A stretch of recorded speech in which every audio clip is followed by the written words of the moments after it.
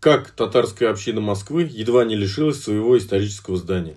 В 2019 году Управление делами президента Российской Федерации подало иск в арбитражный суд с требованием вернуть особняк в центре Москвы, дом Асадуллаева. Это здание, находящееся в федеральной собственности, было передано татарской национально-культурной автономии еще в 2003 году. А в 2009 году с автономией был заключен договор безвозмездного пользования на 49 лет. Однако в июне 2018 года управделами президента неожиданно провели проверку в здании.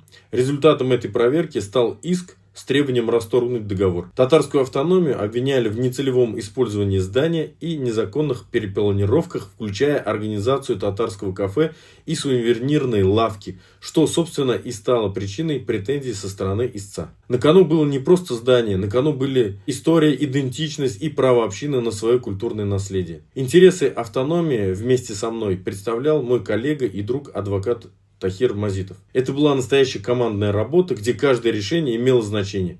Процесс был нелегким. Резонанс, внимание госорганов, сложная правовая конструкция, множество спорных моментов в материалах дела. Однако по мере того, как мы углублялись в суть, становилось все более очевидно, что юридическая позиция истца вызывает серьезные сомнения. Ключевым моментом было то, что решение о передаче дома Асадуллаева татарской общине принималось на самом высоком уровне президентом Российской Федерации.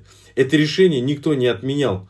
Следовательно, право пользования не возникло случайно. Было основано на волеизъявлении главы государства, что стало важным аргументом в нашу пользу. Кроме того, мы установили, что Управление делами президента не имело полномочий распоряжаться правом пользования здания как собственник. Их задача заключалась лишь в техническом оформлении, а не в изъятии здания. Каждое судебное заседание было принципиальным. Мы боролись не только за правоту, но и за справедливость.